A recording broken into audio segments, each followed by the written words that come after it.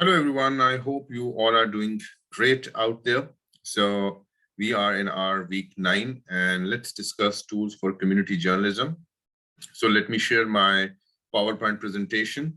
So probably you can see this document on your page. So many of civic journalist tools are familiar, like extensive research, good writing, and graphics that attract and inform. Some, however, are quite different in community journalism. Number one is like building media alliances. So building media alliances that means that there are 2, 3 TV channels that are working in one region, and they pull in for the research, for production, and for other elements of a certain story, and they are going to help each other to find stories and to cover stories. The second tool for community journalism is to personalizing the reports. So reader can be more than a passive customers.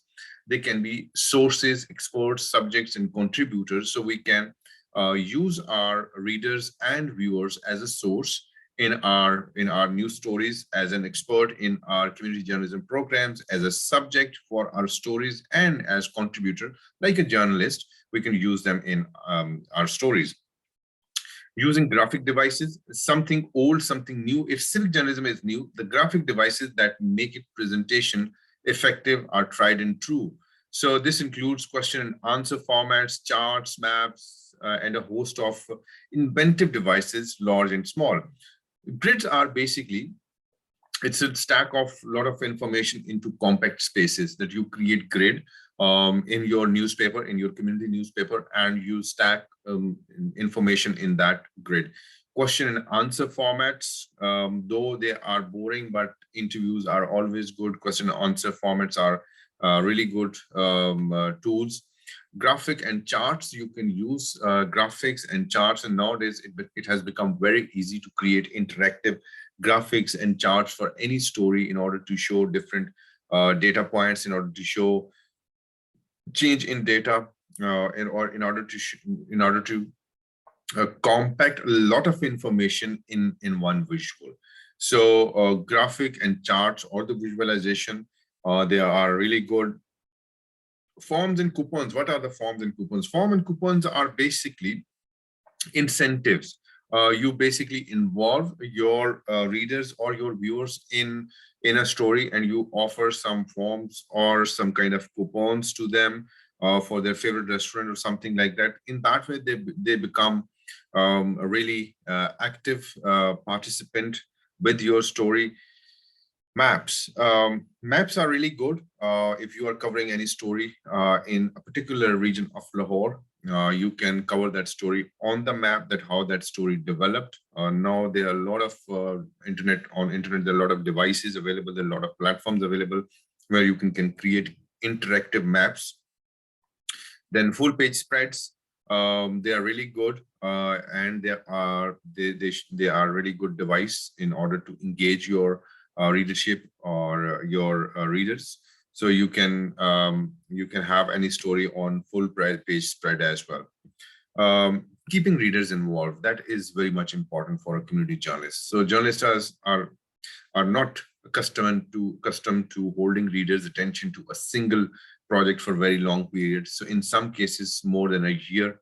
So innovative or inventive editors and reporters, news editors and producers have hit upon a number of ways to do that, including asking readers and viewers how things might be improved and what they think of this extensive coverage, and involving them into the coverage. Another is readers' question. So you actually ask readers about the story and put them a question. Then readers' suggestions. You can ask suggestions from the readers in order to have them in that story, and readers' ideas.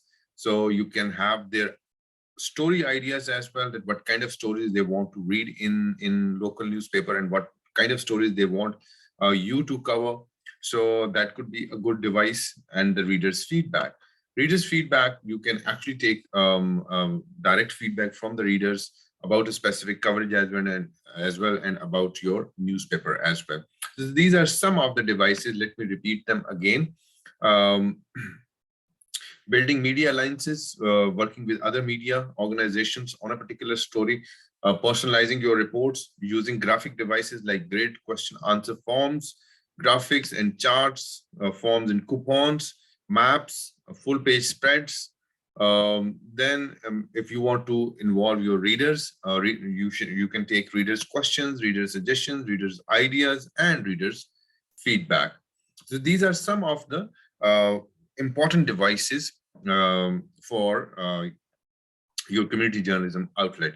Why we emphasize a lot on readers and viewers that they should be engaged in with your community media outlet or with your community product, because these TV channels at nationwide, they are mostly one way of communication.